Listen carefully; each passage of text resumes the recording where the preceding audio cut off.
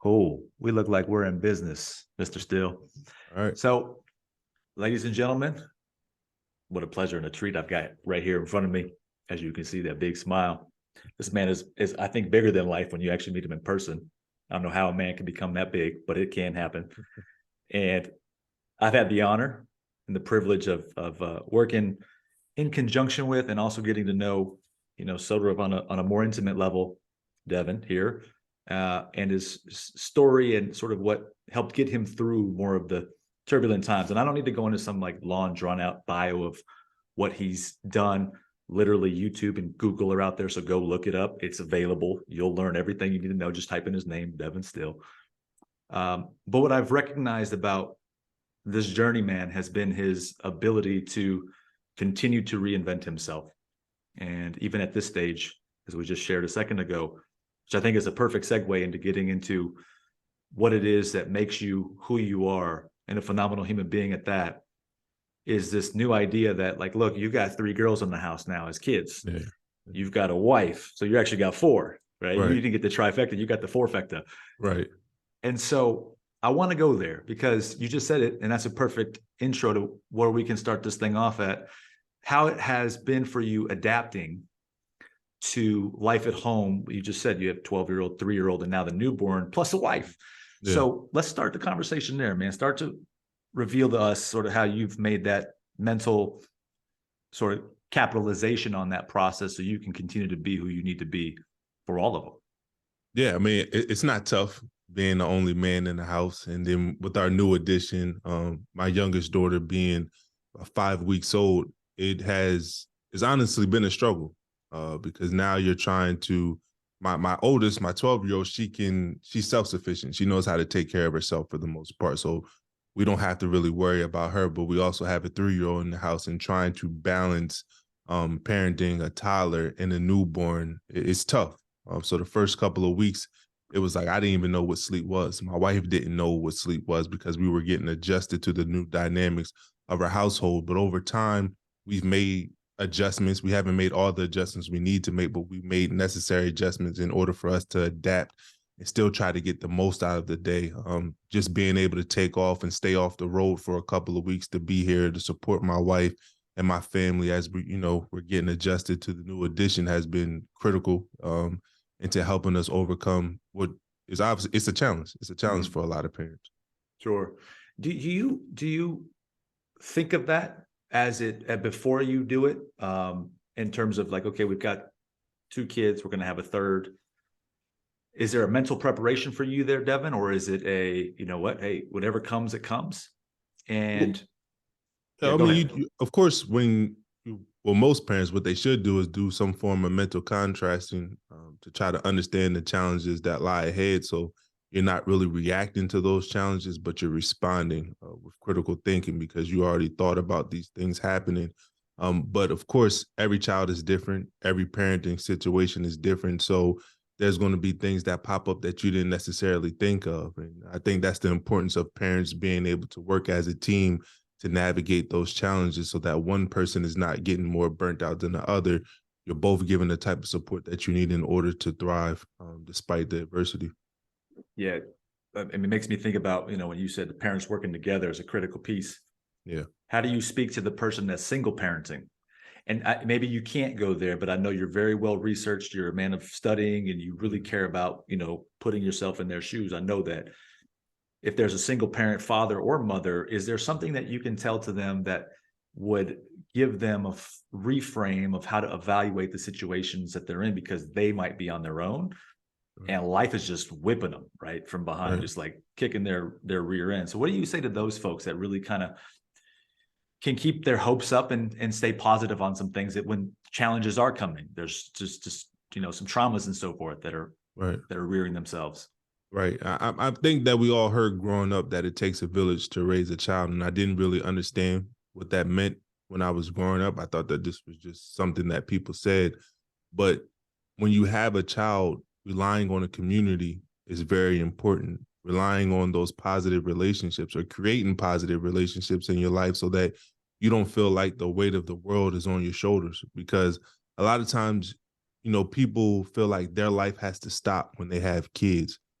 when the fact that you're able to keep going is going to be able to produce or provide them with a better lifestyle. So you're not able to do that unless you have a community around you that can support you in your times of need so that you can go out there and do what you need to do. So creating those positive relationships, reaching out to people around you and asking them, asking them, how can you expect them to show up for you? I think is really important. Let them know what you need from people and just straight up ask them, can you do this for me? Because a lot of times what you'll find out with parenting, and I really found this out when Leah was battling cancer, is that perceived support means more to our well-being than actual support, right? Like we feel like if things get tough that people are going to show up for us. And when they don't, it really dampens our well-being. So being able to reach out to certain people in your circle and say, hey, this is where I'm struggling with. In what capacity are you able to help me out, so that you're not having these unspoken expectations for people, that you just lay it all out there and see what people are willing to do in order for you to continue on with your life. Yeah. And for example, I know you went back to school and you are now positive psychology professor. Makes me think of Martin Seligman. I'm sure you know that man, right? Yeah, I do. He's my professor. The brother version. See, that's what I'm talking about, man. Yeah.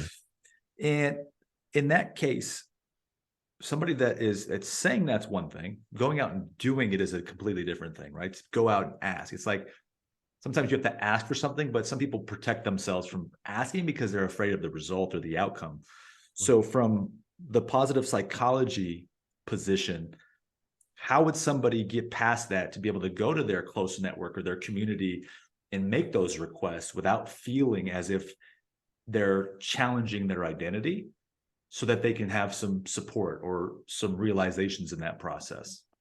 Yeah, so it's what we call that is falling into thinking trap. So one of the reasons why you don't want to seek help or ask for help is because you're already trying to foresee what the response is going to be from somebody, right? Whether they're going to, like I said about perceived support and actual support, they're not going to actually be able to help you out in the capacity and what you need, or maybe you have feelings that asking for help makes you seem weak. So you think that the person is going to think that you need, that you're a weak person, or maybe somebody in your family has told you, I told you you shouldn't have had these kids. Now look at you struggling. I'm not going to show up for you. So we fall into a lot of different thinking traps. And what we have to do is just shift the way that we process certain challenges or adversities in our life, reframe it in a way that, gives us the power to move forward, because that's where all of our action lies. There's a challenge we're facing, an adversity. There's a belief that we have about that challenge. And then that invokes certain emotions, which emotions invoke action or lack thereof. So by changing the way that the beliefs that you have about a situation is how you're able to actually take action to, produce the desirable outcome. Yeah, thinking trap's great, man. I love that, the way you put that together. Is there an example that you have, and even more your more recent environment, of 3 girls competing and just life and the nature of that situation, where you had to utilize that, where you got yourself to reframe it? And sort of how did you do that? What was your approach?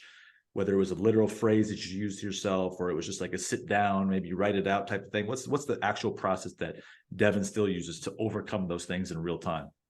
Yeah. So to speak on your first question, I didn't actually fall into a thinking trap when we had our newborn. I already knew the support that I needed, and I wasn't hesitant to reach out. Like I reached out to ask people, can they show up for me in a certain capacity, in which they did. But if we're trying to get ourselves out of a thinking trap, if you're in one right now, it's something called the ABC model, which stands for adversity, beliefs, and consequences. So what you basically do is you write down what is the challenge that you're facing, or maybe the thinking trap that you're facing.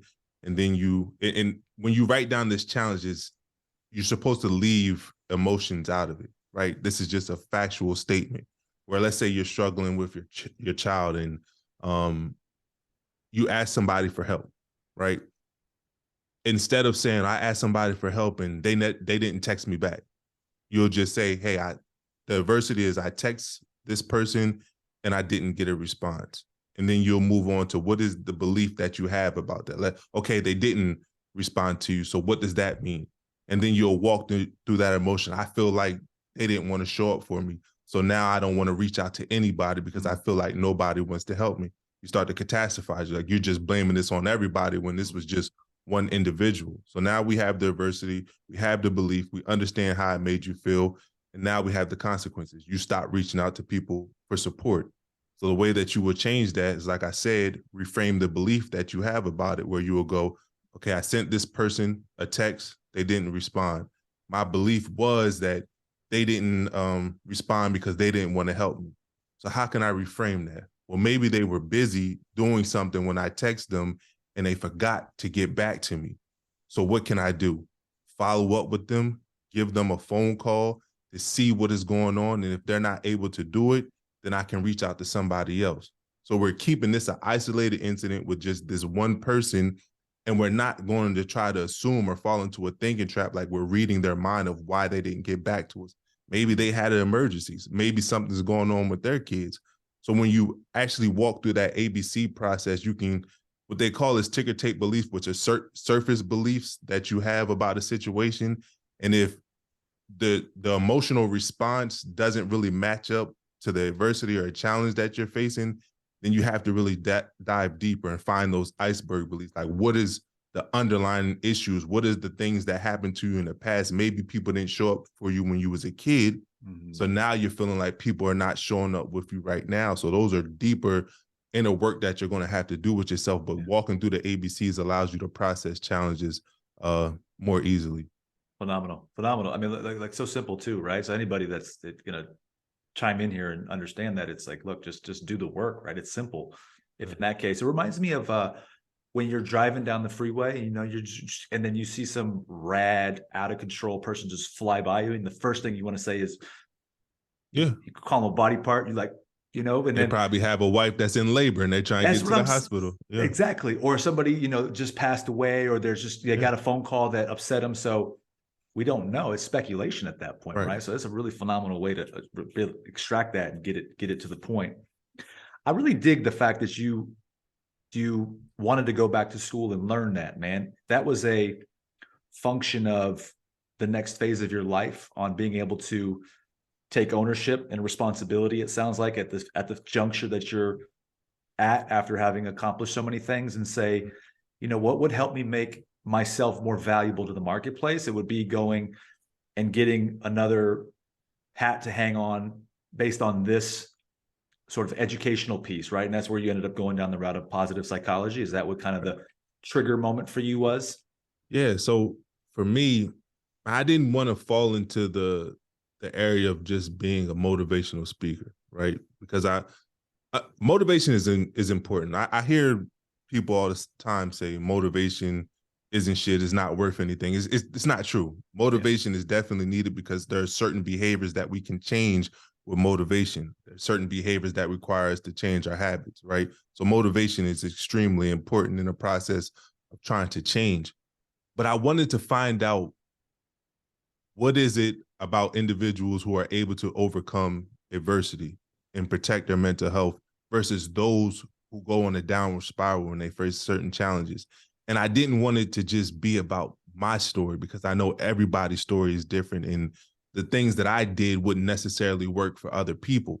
So I wanted to be well-rounded about the different interventions that are out there that can help people become more resilient, that can help people increase their well-being and their happiness. And when I started to learn about positive psychology, it was like, this is what I've always been looking for. Because a lot of times when we think about psychology, we think about therapy, it really focus on ailments or mental illnesses that people are dealing with.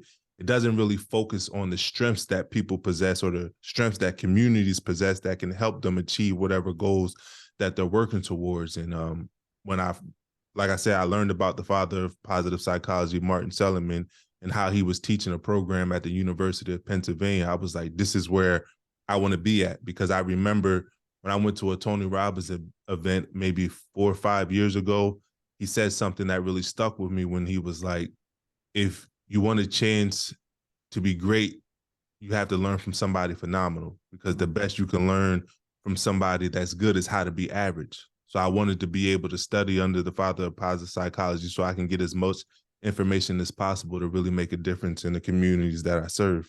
Mm. And it's one thing, well said, man. It's one thing to really just share the story because you can articulate that because of your experience with it. Right. But it sounds like you wanted to go down to like the molecular or the science Yeah. based or the pieces that you could unveil that make you that much more dynamic in the sharing of the story. Oh, and by the way, I can teach you A, B, C, D, D, D, D, D, D, D, Yeah. right? Yeah, Yeah. because a lot of times when you hear motivational speeches, it's like, just get up and do it. You're Just like, don't hit snooze on your alarm. And it's just like, well, I yeah, don't want to hit yeah. snooze on the alarm, but I keep doing it. So what is it about me? What is it about Mm. my psychology or my thought process that makes me continue to hit those snooze buttons? What is it about my habits and the patterns that I've created over time that makes me keep doing this? And how can I break free of those chains so that I can create the life that I want for myself? I Mm. didn't know that before. I knew what worked for me and what I was doing in my life and with football, but what I did might not help another person who's going through a totally different challenge that they're Mm. facing. Yeah, you would say like you're building your own personal artillery of just different tools Right. and I don't say weapons in a bad way, but your own weapons to be able to utilize to help people overcome Right. those mental struggles. Makes Right. plenty of sense. Now let's go somewhere where, by the way, I've got 50 minutes with you. We're already down to like half of that, but I was going to bring some heat with you, man. Right. Got some good stuff here that I wanted to really tap into. But because we were on that thought right there of how you were, people deal with different things Right. and the mental struggles that are out there, I think about the sort of there's abuse, right? So I think about where you come from in the locker room. The locker room's like, dude, it's tough, it's bold, it's bossy, it's strong, and that direction of sometimes how a coach or a group of coaches can treat their players because they got to win and they beat you over the head with it, right?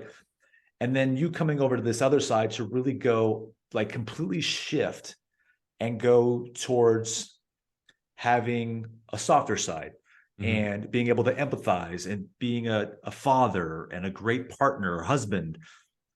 What are the contrasting? Is that like, because there's guys that are like that really like try to jam something into you, and then there's the other approach where it's more heart centered and it connects with people. Talk to me about what you've learned in those sort of contrasting environments based on what you can now triangulate off of some of your recent studying in positive psychology about how those two work, right? Because these are two completely different dynamics and individual types of experiences. Yeah. So, and I think people can, from the outside looking in, they can see this. In sports, there's no psychological safety, right? Which basically means that people aren't afraid to really speak up and share what they're going through. But they're still able to perform at a high level, but it comes at the expense of their well-being and their mental health. And a lot of players, when they make that transition, they really struggle with that. I find that too in some motivational aspects, motivational speakers and stuff, where there's that we're putting all the onus on the individual to change, and we don't really focus on the structure, the communities around them that really hold a lot of people back. So we're constantly yelling at them like, you need to do this, you need to get up and do that. And they don't have the psychological safety to be like, I'm really struggling right now. Like, I can't get up. Like, I just lost my kid.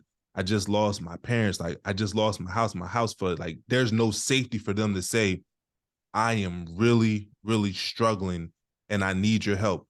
And the fact that you keep yelling at me, telling me that I need to do this, that I need to get up, maybe there's something wrong with me.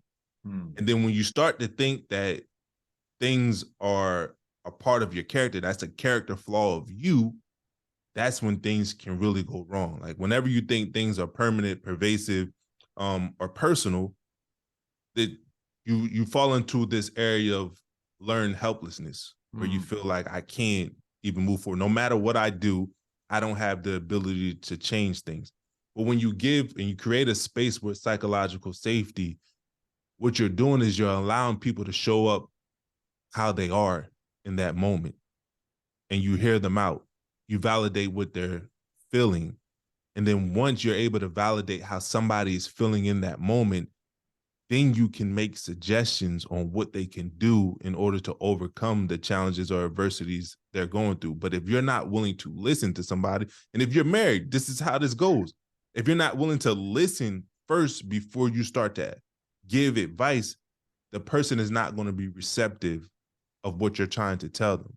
So a lot of people are showing up to these events of last hope, and they're getting pushed. They're telling them it's all their fault that they wasn't able to overcome stuff, and then they completely shut off.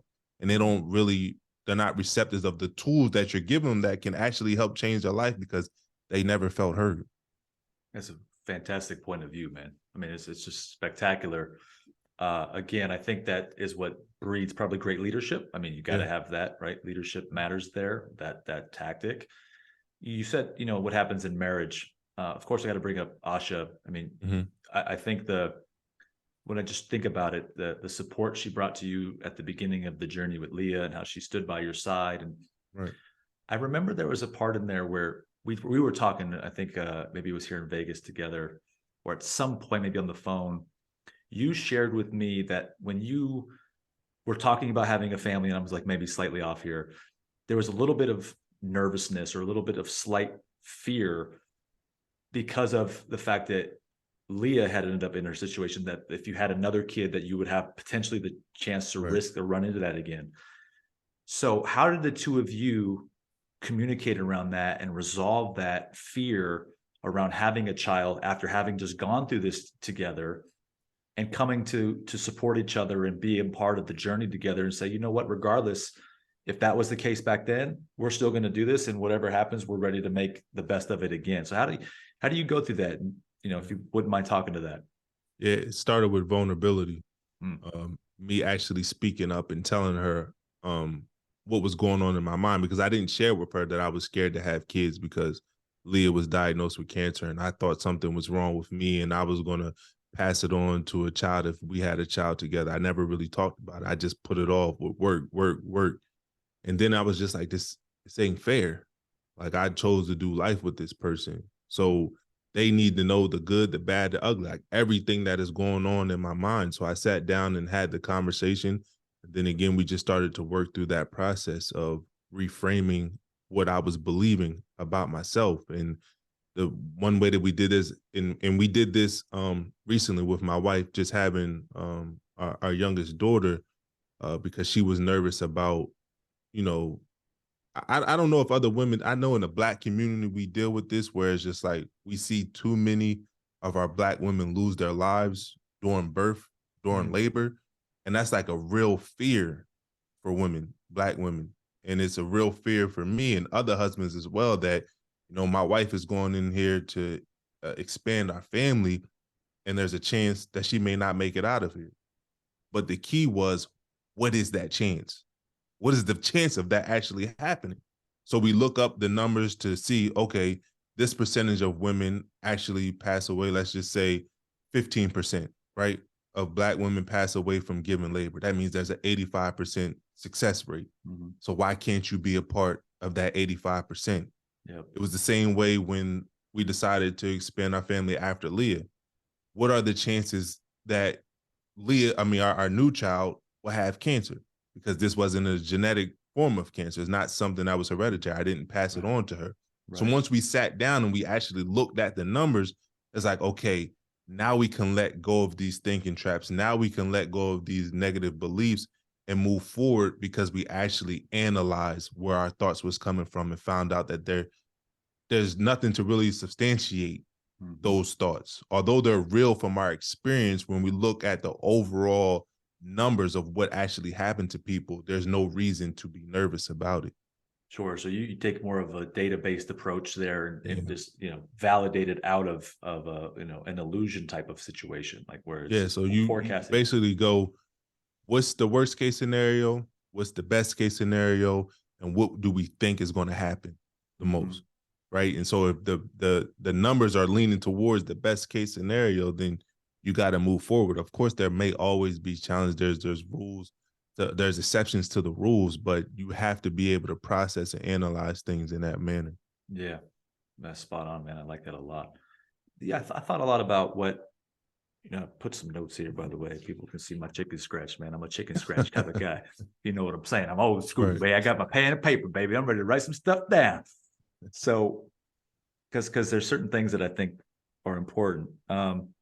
One is how did you, like, now you got 3 kids, right? So business, kids, wife, they're all together. This is still the Still family package right there, baby.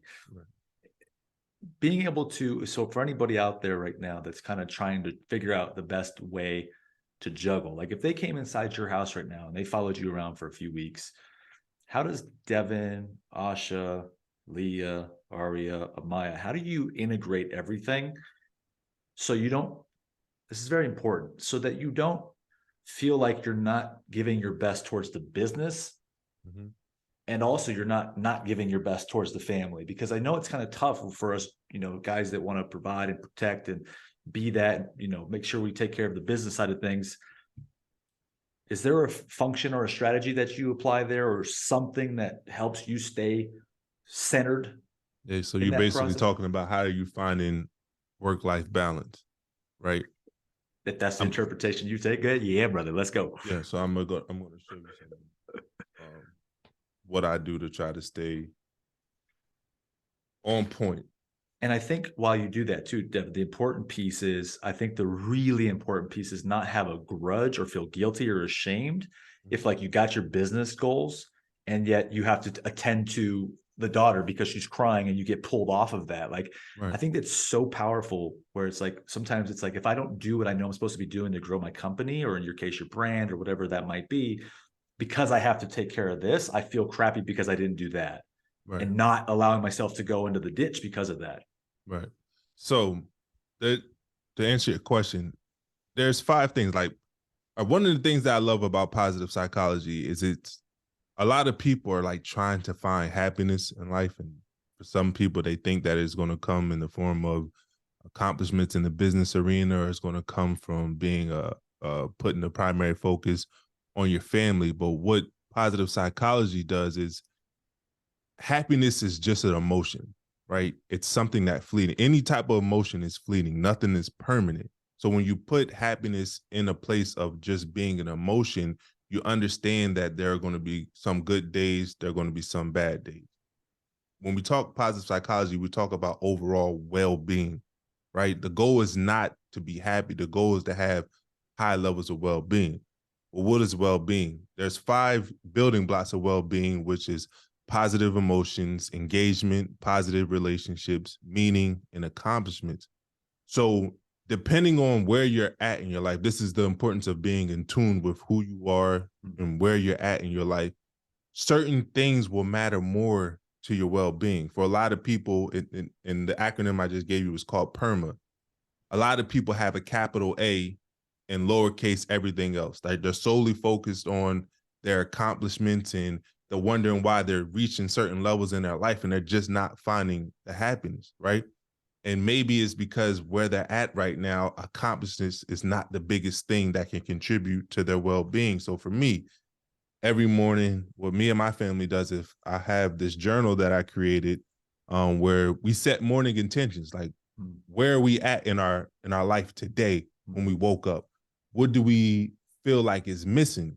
And then we'll just select one of these categories, whether it's, okay, today I'm going to focus on invoking positive emotions in my life, or today I'm going to focus on relationships. So I'm not going to stay at work past the time that I was supposed to go home because I want to spend the time with my family. Some days you're going to check off accomplishments where you're going to be at work late because you have this big deadline that you have to reach, or there's something that you need to get accomplished. So what we do is we stay fluid in what we're doing each day, and we're just taking account of where we are right now. What do we feel like is missing from our well-being? And in that day, we're going to focus on it. That way, we're not feeling like we have to have the work-life balance. Is what is going to contribute more to my well-being today. So that's how we're able to balance it. Yeah, that's a really, again, like you used the word reframe. That's a phenomenal way to evaluate it. It's almost like draw a big circle on top of your wall. Like I'm looking at my wall. It's like draw a big wheel, have some spokes going down to the center, categorize them, and then, even make some fun with it, color it in based on what's going on there, dry erase, get it out, and, Yeah. keep tabs. Yeah. Right? And there's actual surveys that you can take that can measure your well-being. It can measure each area of well-being so that you know where you're at in your life, and you can make adjustments accordingly. Hmm. So well-being's powerful. I like, Yeah. I think, you know, we've like I said, you and I have touched base along the way. We've kept tabs. We've checked in once in a while. You know, for me, I feel like it was all the opposite side, right? Like you said earlier, vulnerability. I respectfully to the audience say that I kind of lost myself along the way a little bit in the fact that I got too married to becoming just like this bullhead success guy and got around people that kind of thought the same way. And I lost the center of who I was, which is exactly why we're back here doing this, by the way. So it's like this is my zone of genius. And I was trying to focus on all these other things, and I was so confused and lost. And then I got into a relationship, and I was angry because I got into a relationship with what is now my fiance, an amazing woman, but begrudgingly because I felt like I was still connected to only success.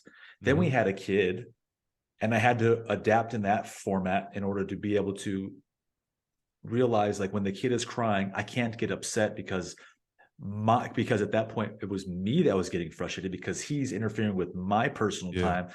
I mean, dude, it was just like complete slap in the face about what reality was. And I say that because the well-being part for this, recently I feel really, really, really happy again, not sugarcoating it or just covering it up, because I'm doing what you just said and your point, right? So I think that the evidence of what you just shared there, if I could relay it back through me to you out there listening, is that right there, it means a lot. And someone like you, Devon, to affirm that, you know, it's not just about the fame and it's not just about the money. There's so many other components to that. I think is just a serious flag to plant, man. So I really appreciate you for sharing that. It helped me kind of immediately reflect inward. I want to touch on that too. I want Yeah, to man. go a little bit deeper on that. Kobe Bryant said something when he retired and then when he passed away that really stuck out to me, when he was like, that now that I'm retired, I get to make up time with my family, because when I was playing, I was focused on being the best person, best basketball player that I could be. Hmm. So he played 20 years in the NBA, and he wasn't retired that long before he passed away.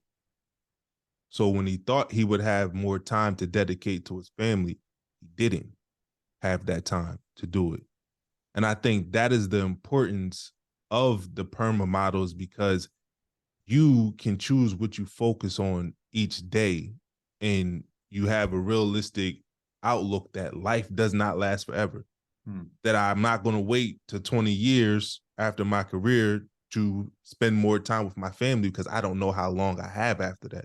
So I'm not going to spend all my time trying to build this business. And then once I have this business going, then I'll be able to dedicate more time to your family, because you don't know how much time you have That's after right. that. And then anybody who builds a successful business, they're not going to just be able to stop. Either you're going to sell it and you're going to start a new business, but you're not just going to have the business doing good and then you just walk away and you let other people run. That's not how high functioning people work. Right. So you have to be mindful of how you're spending your time. Make sure that, like I said earlier, that you're spreading that time out to the things that can contribute most to your well-being that day, that time, and not saying, all right, 15 years from now, then I'm going to do this, or I'm going to dedicate, once my kids grow up, for those who are focused solely on their family, once my kids grow up, then I'm going to go out there and I'm going to do the things that I love, or I'm going to start this business. No, you can do both when you understand how you can allot your time or allocate your time to certain activities. Yeah, you make me think of when you say that book reference, Laws of Human Nature, Mm-hmm. Robert Greene book. Last chapter is called Meditating on Mortality. I share this a lot, and it never made sense to me as to why I think my journey ended up the way that it was. I was in a car wreck at 5 years old. I have this big, I think you saw it. I've said this before. See that scar on my face right there, fellas, ladies and gentlemen. Come on now. So I was done, right? 50-mile-an-hour car crash hit. You're out. You're unconscious. You basically go away. Like that's Yeah. And so what I realized in hindsight was that what you just said in the Kobe Bryant reference is like I think that treated me into this lifestyle that, like, you got to go now because there's no guarantee. Yeah. And part of why I do what I do now is because of that. But here's what's really unique about that, Devon, and I think you would appreciate this. There's not a day that goes by where I don't think about worst case scenario because of that emotional trauma of getting smashed by a car going 50 miles per hour. So for me, it's a perpetual battle every single day to overcome the worst case scenario mindset and the fear-based mindset, because I'm constantly having these images where I wish I could just get rid of. Like you said earlier, it's like just do it. And it's like, well, I've tried, man. I work this stuff. Like you would tell anybody else that, you know, it's a process, but I've learned a better management out of that. So I think what you said there is, as a reference again, is a phenomenal way to kind of identify where that individual might be on a journey of themselves. And, you know, if you could go there faster, just, you know, get to that point of like what's promised. Well, Right. not much really. Yeah. So my thought is on this, I've got so many here. As far as you doing what you're doing today, obviously in lieu of the Super Bowl coming up this week, right? Who would that? I know that the Super Bowl is a capstone for anybody that plays in the NFL. It's that they're a winner, they want to win. So it's a very, I would say, boundary driven. You know what you're doing every day to work towards this X thing. I came up with a concept once about Super Bowl in life. It's really hard to define that because it's not in parameters. It's not like, hey, you go play X amount of games this season, you got postseason playoffs, and you go, and it's very clear. It's like you either win or you don't.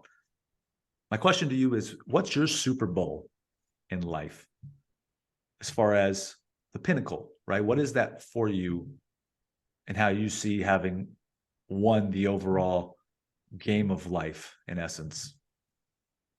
Yeah. So for me, it's my mission statement is to provide individuals and institutions with the tools in order to overcome challenges in life and protect against mental health. For me, that's parenting. It's for my wife. It's for companies that I consult with or speak with the parents that I work with. My job as a parent is to provide my kids with all the knowledge that I've accumulated over my life, all the love, the support, and the guidance to help them overcome challenges in their life so that they can go on to live flourishing adult lives. For my wife, it's the same thing. Give her that understanding, that protection, that security, financially, emotionally, physically, everything, so that she can become the best version of herself. So when I talk about my mission statement, it encompasses every community or every individual I serve that I want to be able, whether that's actually giving them research-based interventions or it's just showing up as who I am, as somebody that is a good listener, somebody that can empathize, somebody that can validate what somebody is going through, somebody that can just see somebody for who they are and not what they do and not what their title is. That's what I want to be known as. That's what I want my kids to think of me when I'm no longer here, is my dad gave me everything he had so that I can be successful in his life, that all the things that he taught me are still with me, as if he's still here with me. I want my wife to feel that way too, where I gave her my last name and she wears it proudly because she knows that it means something, that her husband made an impact on the world, that her husband treated her right and showed our daughters how to treat a woman. So true, man. Very well said, brother. It's one thing I know about you, man. I always think about, you know, just understanding you, how a purpose could just reveal itself through all of your adversity and just stepping up with tremendous resilience. And again, ladies and gentlemen, if you haven't gone out there and learned about Mr. Devon here, I was joking around earlier. I said, man, I got to come up with a theme for this. I said, it's going to be a still theme. It's going to be still your mind, Yeah. still your home. And then it came back to just remain still. Yeah. And I think that's what you do. Or we take Maya Angelou's, you see the sign behind me, still I rise. Yep. That's what I want people to say. Whatever you went through, when you go back to share your story, it's like, yeah, I've been through this. I've been through this type of hurt. I've been through this type of trauma. I've been at rock bottom, but no matter what, still I rise. Still I was able to overcome all that adversity and become the person that I always knew I could be. So when we speak in reference of still, that's what it's, sometimes you have to be still in order for you to process what you went through, because only when you process and you allow yourself to experience those negative emotions that you're going through, those negative thoughts, can you actually practice real positivity. because we live in a society where we love the comeback story. We want people to go through something and we want them to hurry up and bounce back from it. That's not really how life works. We go through traumas. We have to then process the trauma, and then we can get to a place like we have to survive before we can thrive. People want to get hit with adversity and just start thriving amidst the adversity. That's not how it worked. I remember I was speaking to a mom. Her name is Nell, but she lost her daughter in the Sandy Hook shooting. Her 4-year-old daughter, she was shot, killed in the Sandy Hook shooting. And when I was interviewing her, she said something that was so profound that stuck with me. And this was like 6 years ago. And I asked her how she was doing, and she said, I'm stuck in the middle. She was like, people love to see you go from tragedy to triumph, and nobody's really comfortable with that middle part where you're grieving, where you're depressed, where you're suffering from anxiety. But that's a place where a lot of people live, but they're too afraid to speak up and share it because we want people to hurry up and feel better, because not for their mental health, but for ours, because we're uncomfortable with other people's discomfort. So I always told myself that, when I go through something, I'm gonna allow myself to experience that middle part because it's so critical in somebody's growth, to actually process what they go through before they move forward. So yeah, that's definitely the message that I just want to share with the world, is that it's okay to be stuck in the middle. That you have to make the decision not to live there permanently. So true, man. We got 9 minutes. I'm gonna put you on blast right here, man. You gonna come back for round 2? We gonna do this again? Yeah, I can definitely do it We again. gonna fire up again. Do round 2 here. All right, just make sure we got a second quarter. I saw the chicken scratch. You got a lot of questions on here, so I know we didn't get to that's half just the of them. basis, man. I know, man. That's what I was about to say. Come on, man. We can go so many different directions. So in all of the context of what you've talked about today, if you had to run like a warp speed, one of those types of scenarios in your mind, bring us into the mind for you right now. Like what's next for you, right? Like what is the actual thing today that you're thinking about? Like what are you thinking about today to do to keep driving that mission? What is that construct of thought process for you? Yeah, so for me, I'm working on a new project. It's going to be a new journal, which I shared with you earlier.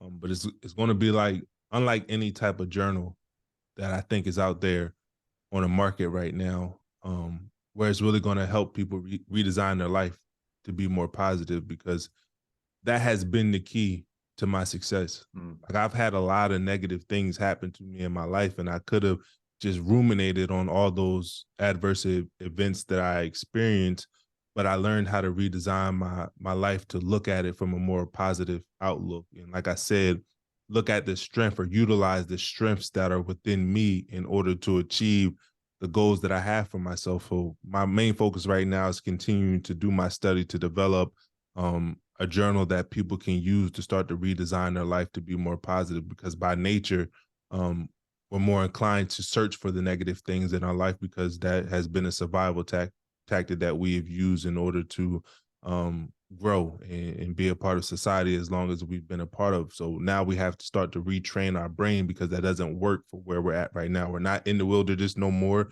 We're not trying to run from lions or bears and stuff like that. We're in a part of life where if we continue to ruminate on the negative things, it can really hurt us and our growth and our ability to flourish. So that's been my main goal, is to, get this journal out to people so they can redesign their life. Yeah, man.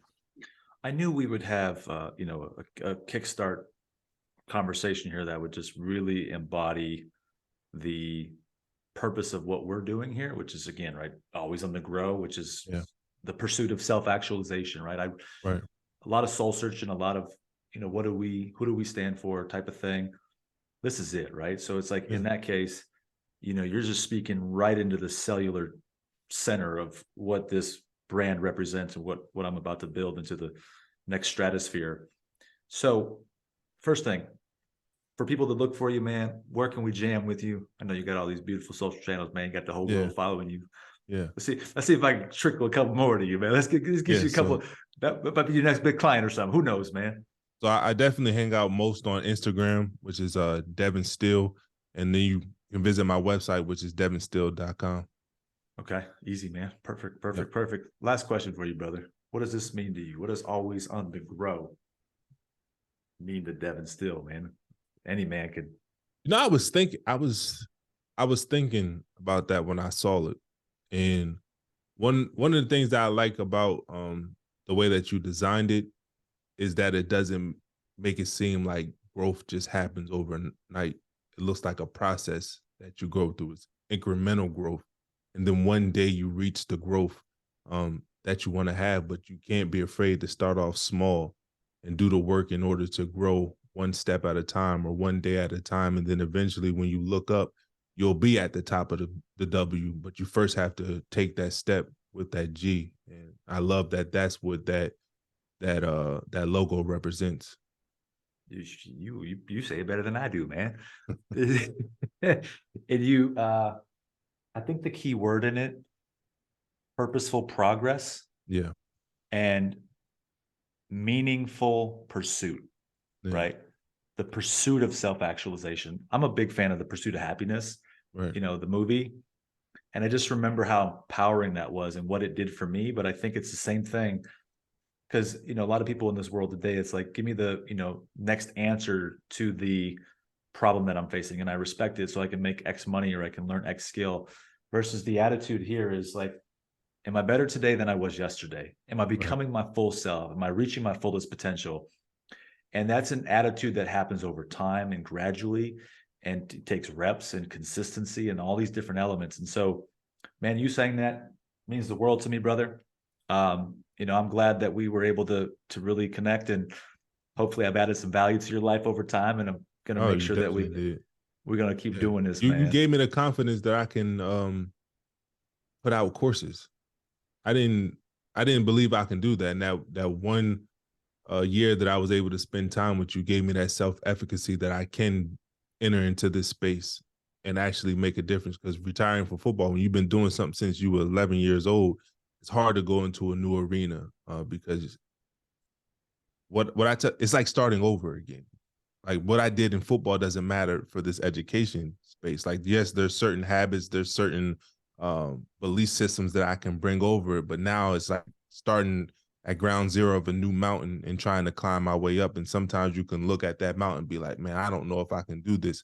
But then when you have certain people come into your life and they're like, hey, try this or do this, it's like it helps you build up that self-efficacy, like I said earlier, that you can reinvent yourself and try something new. So you've definitely added value to my life, and I appreciate our friendship very much. For sure, brother. And I'll continue to do that, man, to the best that I can, right? I'm the first, I don't know everything, man, but I'll help try to figure something out. Right. So that being said, if you all want to know what happened in Devon and I's relationship there, you want to know some more, I'm a cliffhanger you. So you come back part 2. So come back for part 2, baby, because we're going to keep revealing some good stuff. Yep. No, man, hey, salute to you, brother. I'm going to stop the recording here and maybe hopefully chat with you for 2 minutes before you got to bounce, bro. Yeah, definitely. Genuine appreciation for you, man. Yeah, no problem.